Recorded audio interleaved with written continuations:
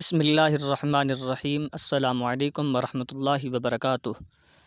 معزز ناظرین اور ناظرات، آج میں آپ کو ایک ایسا وظیفہ بتانے جا رہا ہوں، اگر آپ اس کو اللہ اور اس کے رسول صلی اللہ علیہ وسلم کے رضا کی خاطر کریں گے تو انشاءاللہ اللہ تعالیٰ آپ کے رزق کے اندر، کاروبار کے اندر اور نوکری کی بندش کے اندر جو بھی آپ کی مشکلات ہے، انشاءاللہ اللہ تعالیٰ آپ کی ہر مشکلات آسان فرما دے گا۔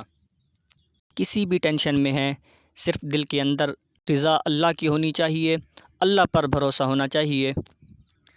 وہ وظیفہ یہ ہے کہ آپ نے ہر فرض نماز کے بعد تقریباً 100 مرتبہ پڑھنا ہے، لا الہ الا اللہ الملک الحق المبین، لا الہ الا اللہ الملک الحق المبین۔ اس کو آپ نے ہر فرض نماز کے بعد 100 مرتبہ پڑھنا ہے۔